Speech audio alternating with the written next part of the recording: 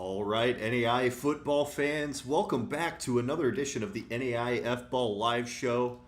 As always, I am your host, Matt Schwarzler, and joined below me in the wonderful smiling picture that you've seen for the past few weeks is our buddy Cory Thorpe. Cory, how are we doing today?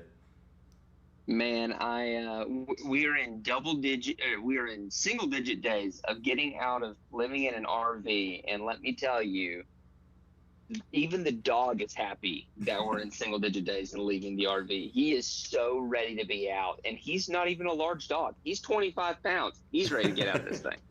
Everybody's going stir crazy in Cory's neck of the woods, and at Hmm. least you had some fantastic football to keep you sane this weekend, huh? Holy Christmas! Matt, we talked about last week how this week was going to bring a lot of clarity, Mm-hmm. and we were talking about it before the show. Yep. And it did, and yet it didn't. I know. It feels like we learned a lot about a lot of teams, but at the same time, when it comes to how people stack up, there's still a lot of question marks, which we will get to. The one thing we certainly don't have question marks on is our partners over at Urban Edge Network, which hope you guys are tuning in live on Urban Edge Network. If you want to support the show, it's a great way to get involved because we get more of a direct cut from viewership there. So something to note for our lovely YouTube viewers. We still love you guys, but Urban Edge absolutely has been doing fantastic things for the NAI overall this season. They've been hosting all of these amazing games for people to watch, tune into every week. Some of the best that the NAI has to offer, and Urban Edge is at the forefront of that. They've done an absolutely fantastic job getting the NAI product out there, and we are super grateful to be partnering with them. So make sure to check it out. Check out Urban Edge Network, see what they're up to. They're working with a bunch of NAI specific conferences and getting streaming out to people so more people can enjoy this level of football that we all love so much. So, without further ado, there's honestly a lot of football to talk about, so I'm not going to waste any time here. We're going to jump right into it with Indiana Wesleyan versus Olivet Nazarene, a game that was really, really, really good, and I feel like it validated, Cory, all of our opinions about Olivet Nazarene going into this week, even though they still lost.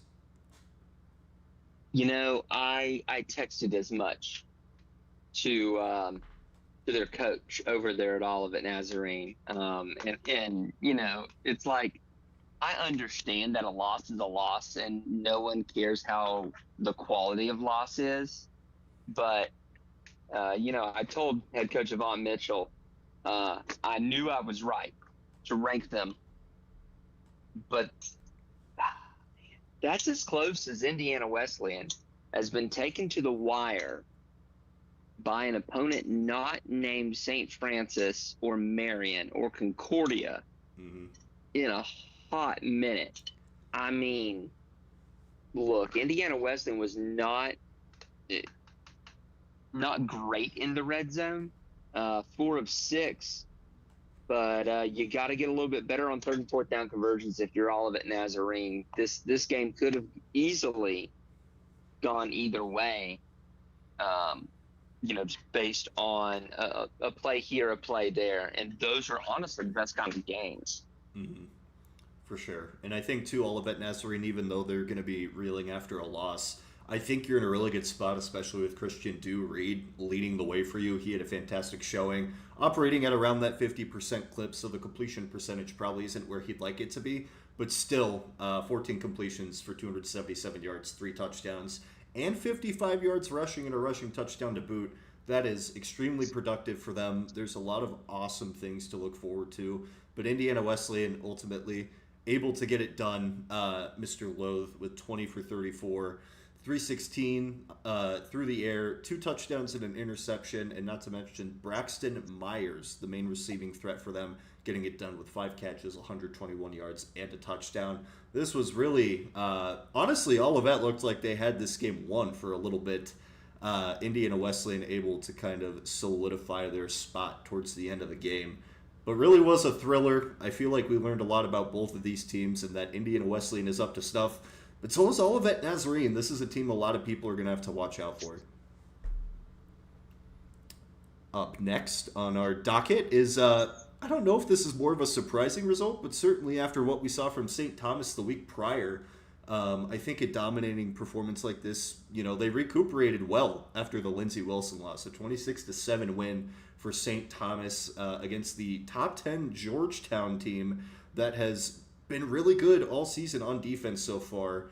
And we talked about how for Georgetown, Gary Slunaker is going to have to be consistent for them to win these games. As you can see there, 15 for 29, 188 yards, a touchdown, 3 interceptions. Certainly not what you want. On the flip side, Keely Watson going 21 for 41, 213 and 2 touchdowns. And not to mention the defense for St. Thomas was certainly to note. They were up to the challenge with Georgetown being the known defensive commodity. And they said, watch this. And ultimately they won up to them on that side of the ball.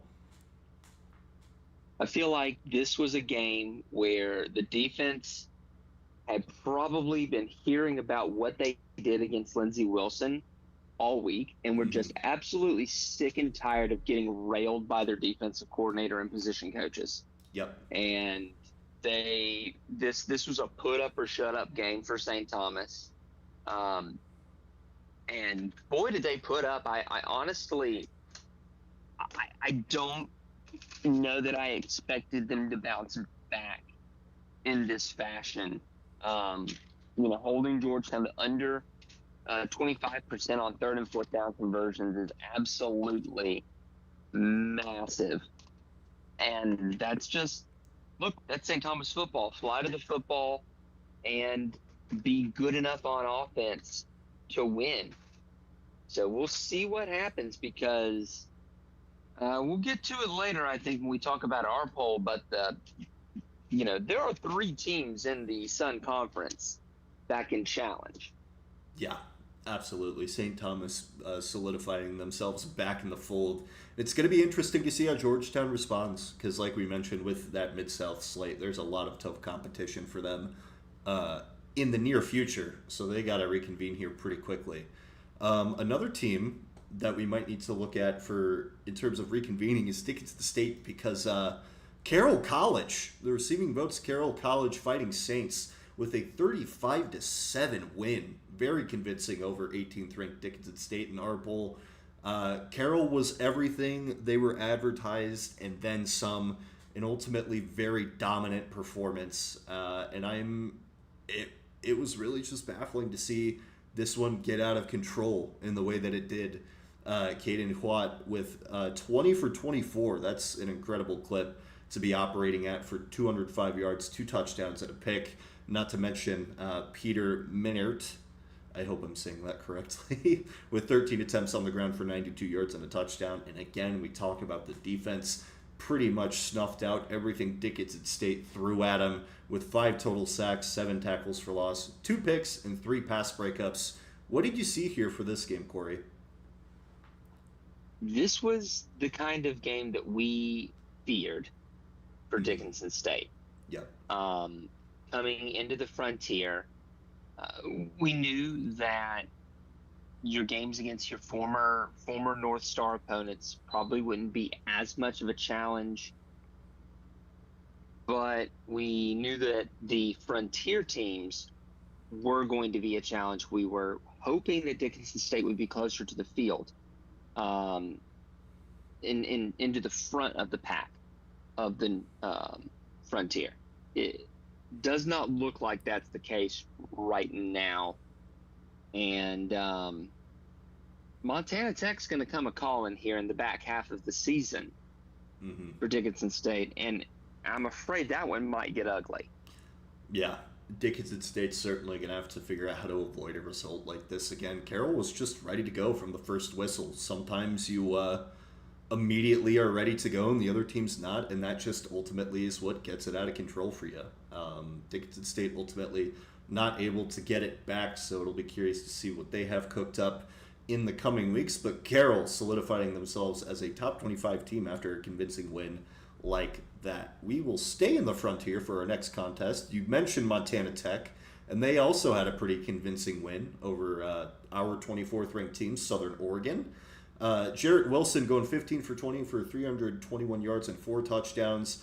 And might I add that all 4 of those touchdowns were to Levi Torgerson, who had 8 catches, 222 yards receiving, and like I said, 4 touchdowns on the day in an incredible receiver performance. I mean, it doesn't get much more efficient than that, except for the defense on the other side of the ball was equally as efficient with 4 sacks, 8 tackles for loss, 14 pass breakups in a quarterback hurry. Montana Tech continues to roll like they're a top 5 team, which we have them in our poll.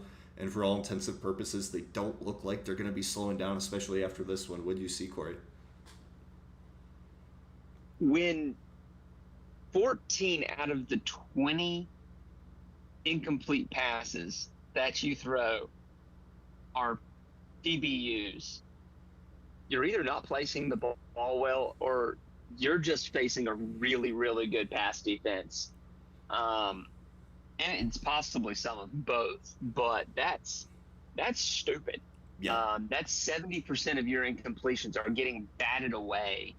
That could be at the line, that could be on the other end of things. And I do want to honor Levi Torgerson because he is surprisingly not our offensive player of the week, but that's a heck of a performance. Oh, yeah. Have 2/3 of your team's receiving yards by yourself is absolutely phenomenal. And we're going to be criticized for having an East Coast bias because of not going with Torgerson. But that is a really, really good performance. I honestly thought when I started reviewing box scores, no one's going to beat that, and lo and behold, someone did. So we'll get there when we get there. That is a school record, by the way, for Torgerson in terms of yards in a game. Yeah, absolutely insane stuff there for Montana Tech. Like I said, man, they just continue to roll. They had, I don't want to say a bump in the road with Rocky Mountain because they still have that game in control, but this is certainly more of a convincing win than we saw from them the week prior. But at this point, it doesn't really matter. You're 4-0 as you continue Frontier play. At this point in the season, your top teams have probably already lost games knowing how the Frontier works. So to be undefeated through this first third is really critical for Montana Tech. So it's going to be interesting to see how they do. Southern Oregon now back-to-back losses after previously losing to Division II Western Oregon. So we're going to have to see where the Raiders go from here. But next up on the docket was honestly, I don't want to say surprisingly close, but I feel like a lot of people weren't really paying attention to this game. That's going to be Cumberland versus Pikeville. Don't let the 0-3 record trip you up. This is a very competitive Pikeville team that has played a bunch of top talent and top teams already in their schedule. But Cumberland just barely gutting it out, 21-17, in a very impressive effort to move to 3-1 on the season. And it was definitely the defense that was getting it done for you. Obviously, with Cumberland, they like to run the ball quite a bit. It's kind of their MO. But still, defensively, very impressive effort for them against a Pikeville team that really likes to air it out and move the ball around and get it to their playmakers. So it was very impressive. And I just realized that I screwed up. I screwed up the stats on this page, so don't even worry about it. But this was a back and forth game where, honestly, last team with the ball was gonna win it, and Cumberland able to come back. Pikeville had Cumberland dead to rights. The Phoenix rise from the ashes, get it done. Yeah, you see what I did there. I like it. I like it. And what I don't want people to do is to sit there and look at Pikeville at 0-3 and go, well, look what the AAC's dragging in. This is a Pikeville team that has played some really good competition through 3 weeks. They're going to be fine. And it's going to be just keep an eye on the Pikeville-Reinhardt game. That'll decide the AAC. Yeah. And whoever wins that will go to the playoffs. It'll be fine. Yeah, I was going to say, let's not forget, it really, we aren't that far removed from 6-5 Pikeville being in the playoff. So, right. Yeah. certainly more of a deceiving record than you'd probably expect. But yeah, Cumberland continues to rack up some really impressive wins and are really becoming a threat in the Mid-South. We continue to talk about this conference, but they just are getting a lot more top heavy than I think we expected them to be, which is going to make for some very fun football down the stretch. And speaking of fun football, we'll head over to the GPAC, my bread and butter here, and the Mount Marty Lancers, who just got off of a win over Northwestern, lose to the Briar Cliff Chargers, who now moved to 3-1 on the season. Both teams actually moved to 3-1 on the season with a 34-20 win for Briar Cliff. Certainly a surprise with the momentum we talked about Mount Marty having after this game. I think also it's important to note that it's kind of a bit of a come down to earth moment for them. Not that their win against Northwestern wasn't legit, because by all intents and purposes it was. But the wave doesn't, it peaks at some point, and you got to come back down. It just so happened to be within the span of a week for Mount Marty. As you can see, when you go 5 for 5 in the red zone, and they're all touchdowns, that's super efficient scoring from Briarcliff. That'll get it done for you for the most part. Brock Saya, 17 for 24, 191 yards and 2 touchdowns with 1 pick, and Kamari Flurme with 7 catches for 101 yards. And a very impressive offensive effort from the Chargers. What do you see here, Cory? So I'm gonna take a detour here real quick. You take a look at this outcome, and then you pair it with what Northwestern was able to do against Dakota Wesleyan, I think. Is who they played. Didn't y'all play? Yeah. Y'all played Northwestern. Trust me, I saw it with my own 2 eyes. Yeah, I was there. Yeah. And I'm not saying that the win against Northwestern isn't legit. I'm just saying that Northwestern is not, this year, the team we have expected them to be for the better part of the last decade. Yeah. And that's okay. It's okay to let a good thing go for right now if you're the NAIA coaches. Right now Northwestern's really struggling to find some offensive footing. Yeah. And right now, they, along with Mount Marty and Briar Cliff, are very solidly in the midfield of the GPAC. And that feels really dirty and wrong to say. But yeah, it's kind of yucky. We talk about getting clarity. We talk about getting that clarity. And what last week brought was a moment of clarity on this is what the GPAC is this year. It's unfortunate if you're a fan of the Orange City Crew. Mm-hmm. But unfortunately, this year you're in the midfield. Yeah, and I think that's not even so much a result of Northwestern being bad. They are far from bad. I watched them put up 23 points and hold Dakota Wesleyan to 0 this weekend while I was working, which was, not really that fun. But at the same time, getting to see how they operate, this isn't the Northwestern team of old, and that means that the Mount Marty win wasn't against the Northwestern of old that we've seen before, which is something to definitely consider. It feels like the GPAC has like 4 teams in that 26 to 40 range in the top 25, which is certainly a change of pace from what we've seen in the past. Usually this conference is split pretty much dead in half. You have the top heavy, like 2 or 3 contenders. You have a couple upper midfield teams, and everybody else is usually towards the bottom of the barrel. We're seeing this flesh out a bit more to where you're seeing a good chunk of your data points in the middle of the set as opposed to either end, which is a really interesting development. But the GPAC, this midfield is eating itself up a little bit. And not to mention, too, we don't have Midland on the game sheet, but they were able to put up almost 40 points on Morningside. Granted, that wasn't a game that they won, but they still proved that they're able to find production against the top teams. So it's going to be really interesting to see how the rest of the season plays out. I feel like this result is ultimately indicative of the GPAC being a bit more chaotic than we expected it to be. So, with that, we'll go to something a bit more surprising, honestly, than even this game, and that was William Penn at 4-0, taking out Mid-America Nazarene 34-31 in absolutely thrilling fashion, Corey. Even with the high-scoring affair, both defenses were able to create turnovers and cause some problems. That was really interesting to see as the game continued, but the dual-headed monster here at William Penn was Sterling Ramsey and Destin Loring on the ground. Absolutely incredible duo, and ultimately was what got it done for them, was this explosive offense. What did you see in this one?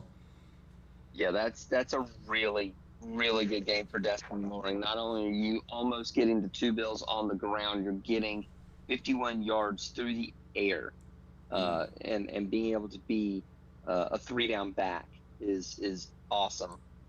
And look out for William Penn.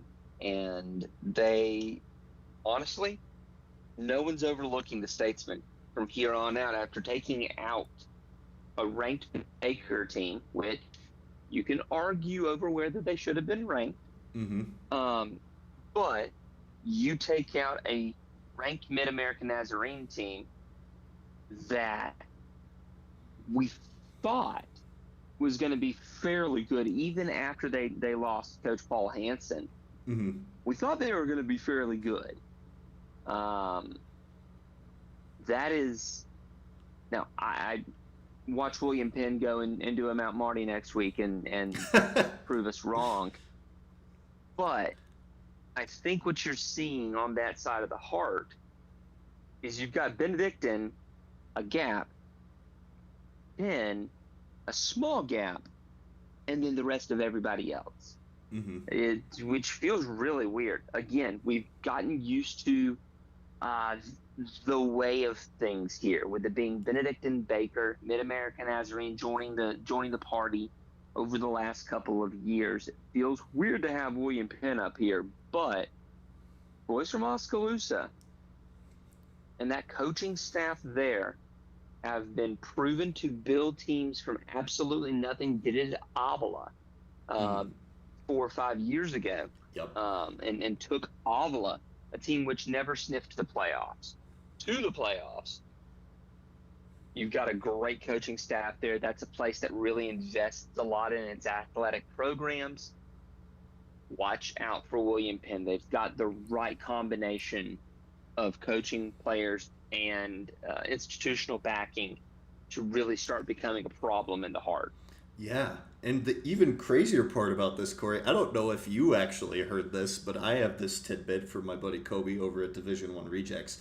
William Penn defensive coordinator Jay Bruns was actually at the hospital, not for a bad reason, but because his wife had a baby right before halftime of this contest. And William Penn pulls it out without the DC there in person. So congratulations to Coach Bruns on the new life being brought into the world, and it clearly also gave some life to your football team because they pulled it out. Well, crap! No wonder they give up 31 points. I suppose there's a point there, but like we mentioned, though, they forced turnovers. They were ultimately able to get it done. And the William Penn offense, after both teams stalled out for a bit, William Penn scored on a convincing drive. Then Mid-American Nazarene scored on a very convincing long drive, and the William Penn offense finishes it out to pull out the upset win.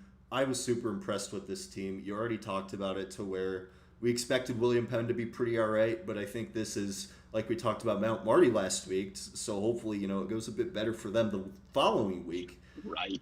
But I mean, this is a big step that we weren't expecting them to take right away. So this is fantastic for them.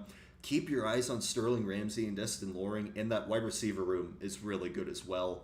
I'm going to be watching this William Penn team for the rest of the season. Not that I wasn't before, but like all eyes glued, because this is a very fun brand of football and a very fun team to watch. And I think they're legit. And speaking of legit, the Matt Narrative Bowl happened this weekend. In Matt Narrative Bowl fashion, it was a defensive slugfest. McPherson pulling out the win to remain undefeated, 17-10. And there were certainly some areas to look at for both of these teams. It wasn't a perfect game. There were a few turnovers. There were some sloppy issues. McPherson notably grabbing a touchdown off of a muffed punt that the kicker kind of bobbled and then it rolled into the end zone and the guy grabbed it and they scored a touchdown. Certainly not what you'd like in a close game like this, but McPherson finding a way to win at the end of the day, that's all that really matters. Ryan Markarian going 15 for 25, 121 yards at 2 picks. We mentioned the turnover issues, but Jaleel Brown had another fantastic day. 21 attempts for under 28 yards and a touchdown. We were talking about this guy last season quite a bit. He's involved in the pass game for them as well. It was a really good day for McPherson. And ultimately getting the win here speaks a lot to where you're at as a team. And I think, too, Evangel, even in defeat, Reed Potts has a pretty efficient day passing. Not as many points as you'd like, but 26 for 41, 232, and a touchdown. And ultimately, that 3rd and 4th down conversion rate under 40 is going to do you in, especially when points are at such a premium and offensive drives are at such a premium.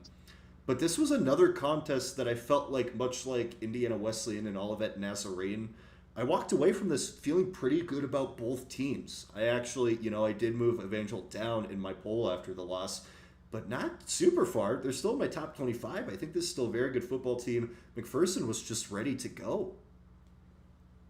Yeah, and I'm gonna go ahead and step in here on the coaches poll. The fact that you had McPherson take down a ranked team. Now, granted, the coach's opinion of Evangel wasn't very high. True. But yep, you have McPherson take down a ranked team and can't crack the top 25. Bugs me a little. Now, granted, when you look preseason, Evangel is still the clear favorite to take that side of the KCAC. There's not an heir apparent over on that side. But we've been talking for what feels like years now about McPherson. We said preseason we are really looking at them to have their coming out party. And I think that's what this was. I think this is part 1 of the coming out party. You've still got a whole lot of matchups to go. You still got to play friends. Pretty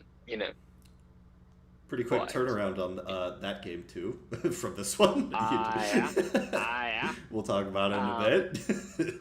You still got to play. I think you still got to play Southwestern. Mm-hmm. You've got a road to hoe. It's not as hard as it could have been. Yep. If you weren't able to get that win. McPherson deserves to be in the top 25. That's all I'm saying. Yeah, no, I agree. I think, truthfully, both of these teams are top 25 squads. I mean, truthfully, the reason that this got out of control for Evangel towards the end was because of a special teams error. And sometimes you just cannot account for that. You know what I mean? So it's a tough situation to be in. You obviously don't want to dwell on it too much because, these are still 2 very good football teams. Evangel still has the rest of the season to go. And if this is the biggest mark on your resume, you're going to be sitting just fine as we get towards the postseason. So there's still a lot to play for, but it felt good for the Matt Narrative Bowl to have a fun conclusion. And I was smiling ear to ear the whole time during this game. I was like, this is great. This is wonderful. I'm having the time of my life right now. And especially just because, like we talked about in the coaches poll, these teams are underrepresented. And that just happens sometimes. So a good win for McPherson. Evangel will be able to bounce back at some point. But with that, now we go from the coaches' top 25 that we've been talking about for the past couple of games now. And we'll swap it over to our own top 20. Oh. So you want to create and sell custom... The slides are out of order. I apologize, Cory. That's my bad. So, before we get to the top 25, let's actually take a break and hear a word from our sponsors at AdCraft. So you want to create and sell custom merch for your team or business. That's exciting, but where do you begin? How much inventory should you order? How do you distribute orders? AdCraft has your answers. Streamline the way you offer custom merch by utilizing our risk-free web store service. We ship directly to each customer, and we have the fastest turnaround in the game. Raise funds for your team or get merch to your employees and patrons. Contact AdCraft today, and let's bring your merch to life. And that is what AdCraft can do for you. They are NAI born and bred. We've been working with them for so long, and actually before this, me and Cory were looking at some pretty cool stuff for at some point down the line. So maybe keep your eyes peeled for that, but I'm not going to reveal too much there. But yeah, we love working with them. They are local. They're in Iowa, big Grandview guys over there. So they do a wonderful job because at the end of the day, you want to get back to coaching and managing your team. So why worry about any of the hassle of shipping and orders? Just let AdCraft do all of that for you. That's what they're best at. And they have great customer service. They have a great reputation. And we absolutely love working with them every year. So this time I'm not going to mess up the slide order or transition, Cory, because we are going to talk about our top 25 media poll. Because at the end of the day, it wouldn't be a live show without something for people to yell at us about. And that's what makes this beautiful. You know what I mean? It really does. And, you know, I really do think that we have this, I don't know if it's the perfect order. I don't know if we have the best order. But I think it's a much better representation of the entirety of the NAIA than the coaches. And dadgummit, Matt, I get 10 voters, and I still end up with a darn tie. I don't know what I got to do here. Yeah. We'll just keep adding people to it until it works itself out, right? That's how the AP poll does it, and everybody has no complaints about that every year. Anyways, exactly. Yeah, it's a perfect system. Don't ask any questions. But Grandview clearly still cut above the rest, along with Benedictine, who had a good showing this weekend at 1 and 2 there. Grandview getting all 9, or is that a 10th vote somewhere else along the line? That should be all 10 votes. Okay. Yep, so all 10 for Grandview. No change there. Kaiser's still at 3, Morningside 4, Montana Tech 5, Friends 6, Lindsey Wilson and Indiana Wesleyan tied at 7th, Montana Western at 9th, Campbellsville at 10, St. Thomas moves back up to 11, Dort's at 12, Ottawa, Arizona at 13, Marion 14, Georgetown 15, drops a few spots. Southeastern jumps up to 16 in our poll. McPherson jumps up to 17. The Concordia Bulldogs also jump up to 18 in our poll. Southwestern at 19, Evangel drops to 20. The Carroll Fighting Saints check in at 21. College of Idaho also checking in at 22. The William Penn Statesman that we've been gushing about, they're at 23. Cumberland at 24. And the Northwestern Red Raiders, after a 23-0 win over Dakota Wesleyan, sneaks in at 25. What are your initial thoughts when you look at this, Cory? Well, we got it more right. We have William Penn in, we have Cumberland in, we have McPherson in. I'm still not sold on Northwestern being in. They're hanging on by a thread. Just by a couple of points. This is more right to me. I keep saying that. Montana Tech is a top 5 team, been playing like it for most of the season. Yeah. Friends is an elite team. I feel like they're getting a little underrepresented by the coaches.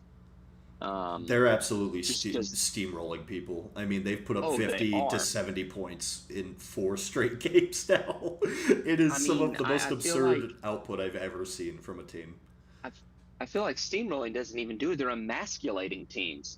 Yeah. You know what's coming. They're running the darn football, and you can't stop it. Yeah. Campbellsville at number 10. I like that because I really do think Campbellsville might be the number 2 team in the Mid-South. They're right. It's crazy. It's right? crazy to say with how good the rest of these teams are, but you're entirely right. They look really good. Southeastern at 16 is a much better spot, I think, for Southeastern. I'm not sold. The coaches have them at 11. I'm not sold on them being a borderline top 10 team. Yeah, that's fair. We'll have to see. Concordia, I still have questions about. Southwestern has to be there with their loss. Carroll's in at 21. College of Idaho is an undefeated team at 22. William Penn is undefeated at 23. And then you've got, in the receiving votes, you've got an undefeated Kansas Wesleyan team right there on the edge. We had four new teams between Carroll, College of Idaho, William Penn, and Cumberland, replacing Mid-America, Dickinson, Southern Oregon, and Tex West.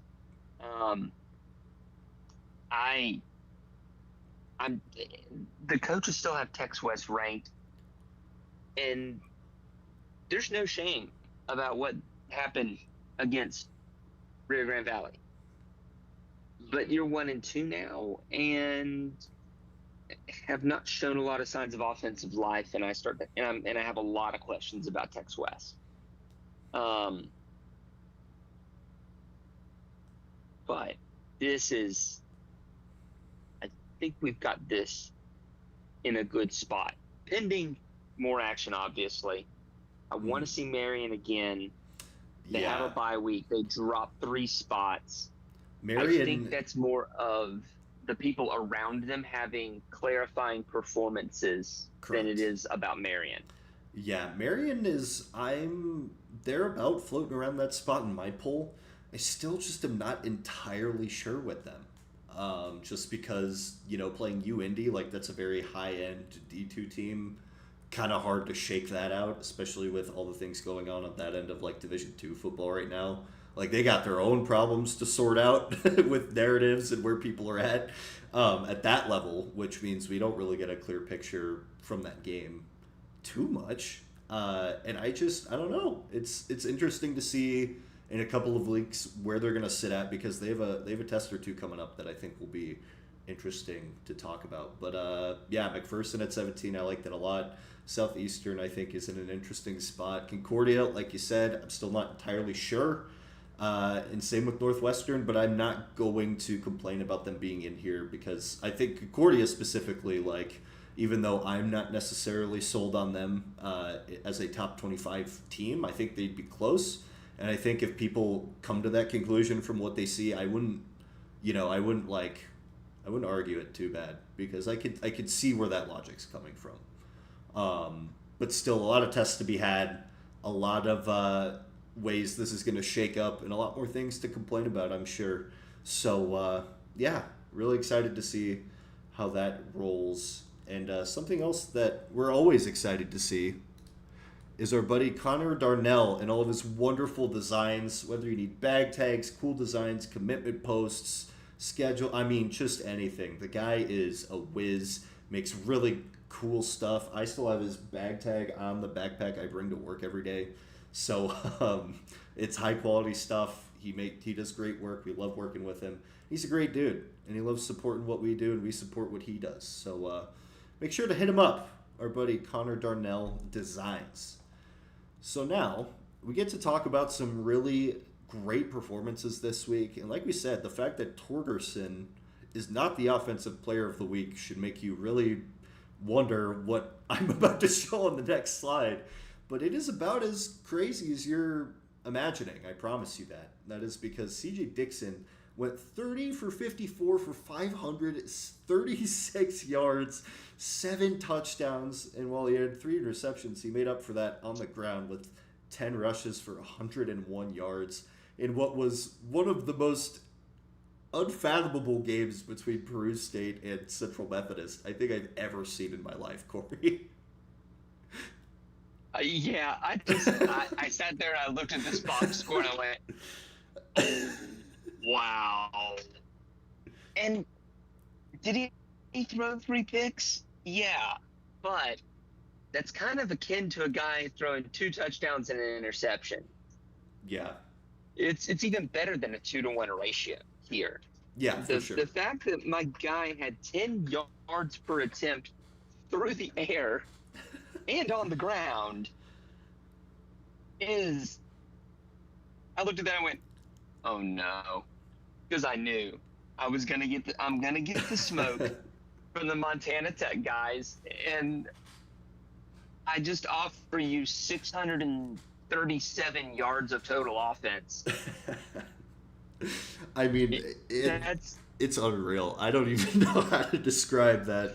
So, for context for this game, Peru State did end up winning 64 against Central Methodists 43, which included, by the way, Central Methodist was shut out in the fourth quarter. Central Methodist put up 43 in 3 quarters, and Peru State put up 21 in the second. They put up 21 in the fourth, and Central Methodist put up 22 in the second. Just like this is just. I think that's what you call. This is like me playing my little cousin in college football, and I have the sliders set to All-American, and we're just kind of doing whatever. Like, that's what this feels like. Just like. I think this is what you call a defensive struggle. Yeah, that's putting it lightly. Both defenses struggled. But one defense did better than the other at the end of the day. So there's that. Slightly.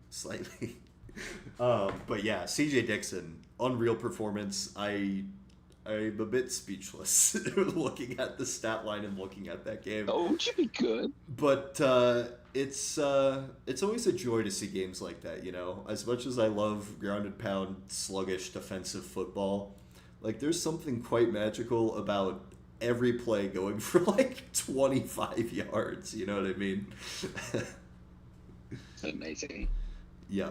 So, up next, on the defensive side of the ball, we have Elijah McFadden for Mid-America Nazarene. And while it was a losing effort, he had 7 tackles, 2 interceptions, and a pick six, and a pass breakup. That is still a very, very good defensive back performance. And while Mid-America Nazarene wouldn't get it done, they still were in it. It was still a productive day for them, I would say, in some aspects. So, no surprises there in terms of Elijah. He's a very talented athlete, and 2 picks will definitely show for that. So, now with that done, we'll move into our wonderful partners at the Headset app, because let's face it, headsets as is are too complicated to set up. They're really annoying, and they break easily because we're all throwing them around. We all know how it goes, okay? So why not just have it easier for you? You know, you can have your AirPods in with the Headset app that you download on your phone, and makes it super easy to communicate with your coaches. Setup is, just a couple taps, and you get access to private channels so that people aren't surfing your radio waves and stealing signals or something crazy like that. So make sure to check out the Headset app, and they're also the presenting partner of this week's Play Call of the Week. If it'll play here. There we go. Putting the Statesman in great field position right there at their own 49. Ramsey's going to drop back. He's going to let one go. He's got him beat, and that's going to be brought in by Amir Everett. Everett stays in, and he walks it in backwards for the Statesman touchdown. There is definitely going to be a penalty on that celebration as he walked in backwards. Yeah, so clearly not ideal with the celebration penalty there at the end, but I think for a play like that, it is definitely worth it because that was right after a William Penn interception, which got past midfield, got called back about 15 or 10 yards for, it was either unsportsmanlike or like a roughing, or I think it was a blindside block call on the return is what it was. So they got, put back towards midfield. And then Sterling Ramsey, who I've already talked about a little bit and gushed over a little bit, throws up a 51-yard bomb to Amir Everett. The heat check shot play right after getting a big interception. I think that really just set the tone for the rest of the game for them, that they would ultimately win. because that's just a big play. That's being able as a coach to trust your guys with a big opportunity and ride the momentum. Wouldn't you agree, Corey? I mean, that's what you do on Madden, right? When you get a pick, Yeah. you're going for 6 on the very next play. I mean, that's what they all say to do, right? I mean, and to find the guy on the scene, reading the defense, being able to get the guy one-on-one down the field, and Amir Everett gets the separation, gets the ball right in stride.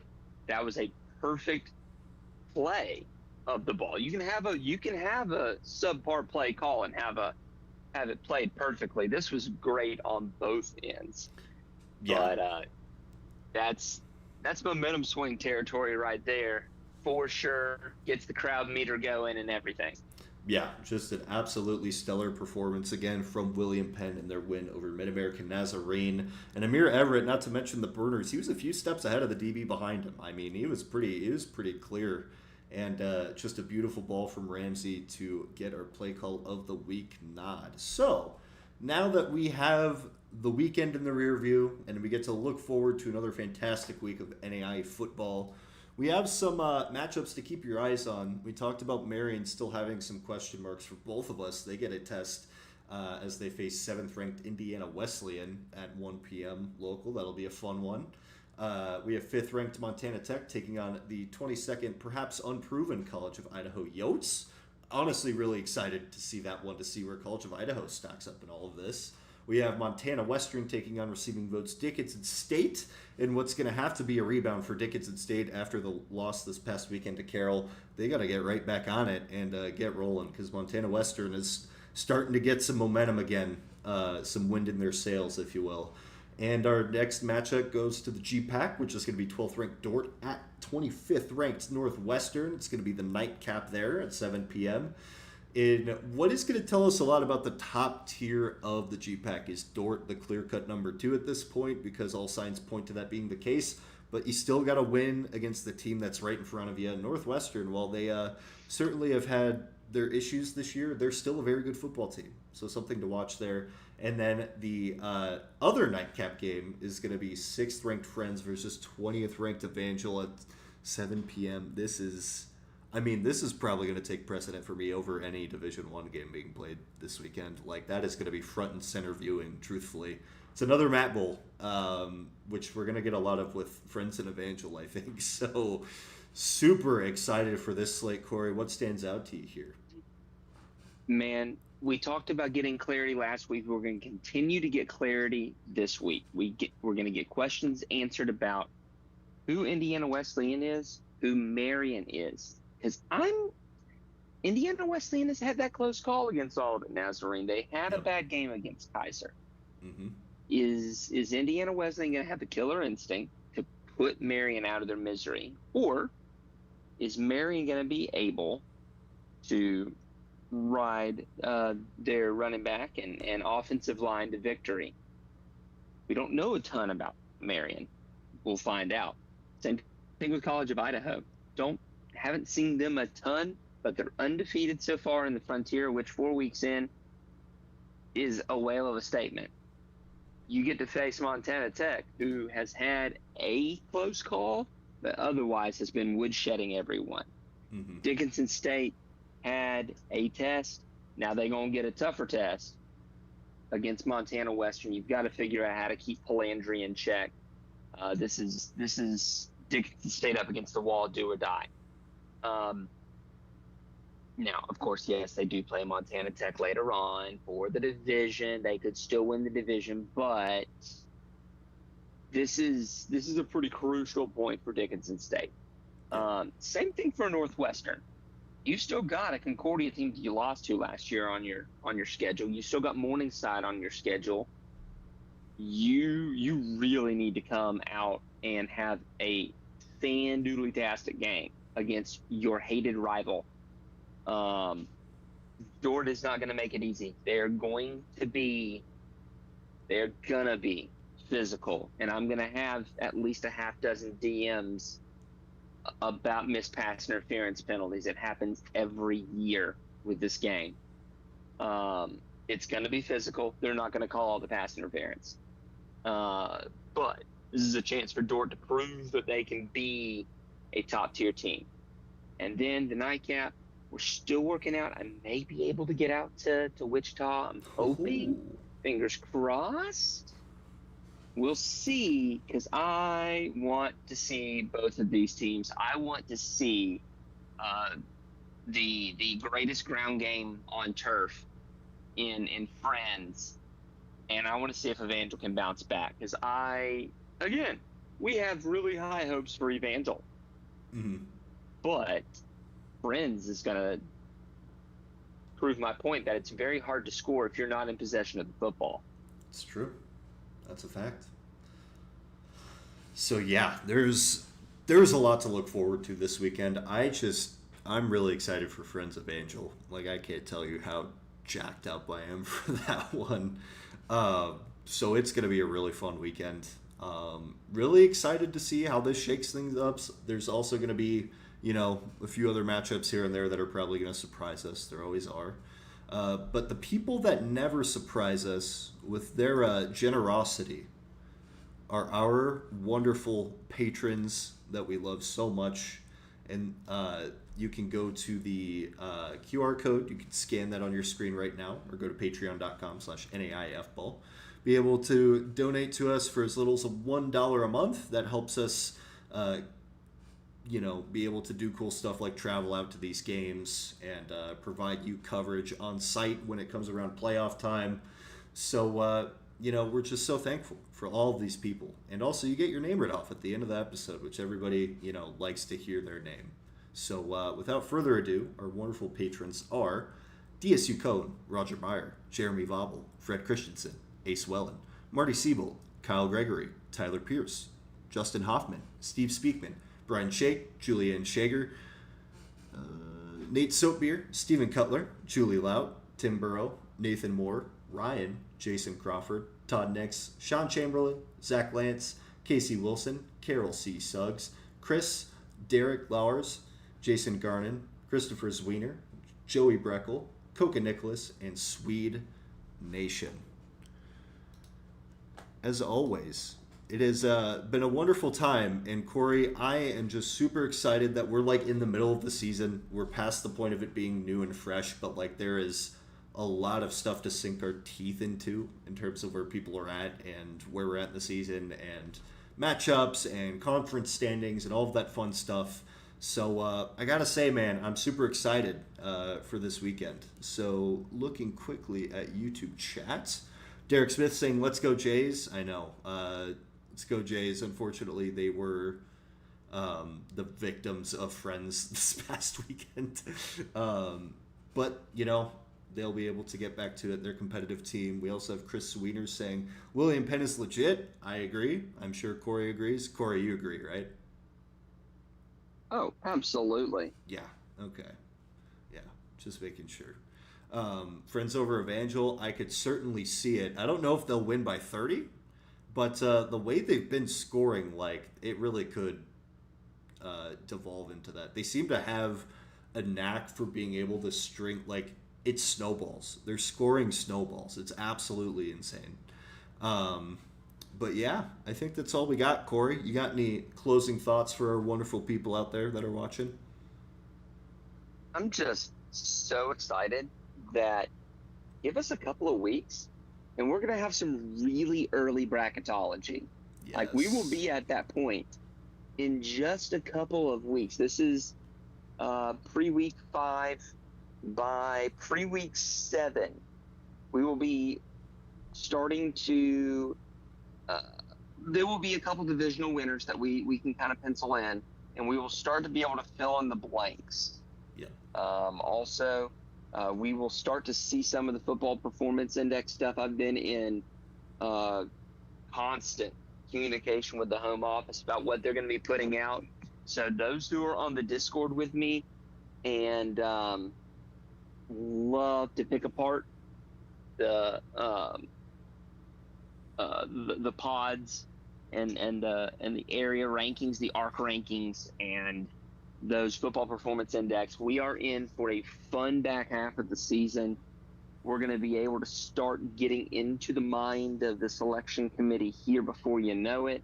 And, man, it's not going to be long that we start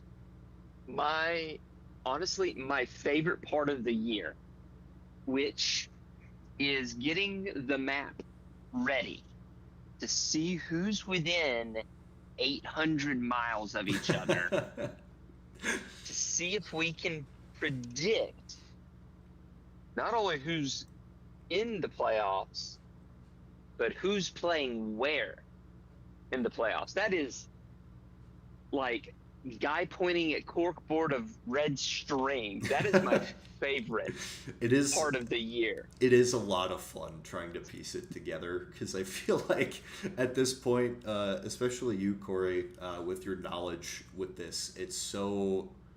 I can only imagine. Like, you can see so many of these matchups coming now, just with, distance and travel and all of those considerations. I think that's what makes it unique as a playoff product, truthfully.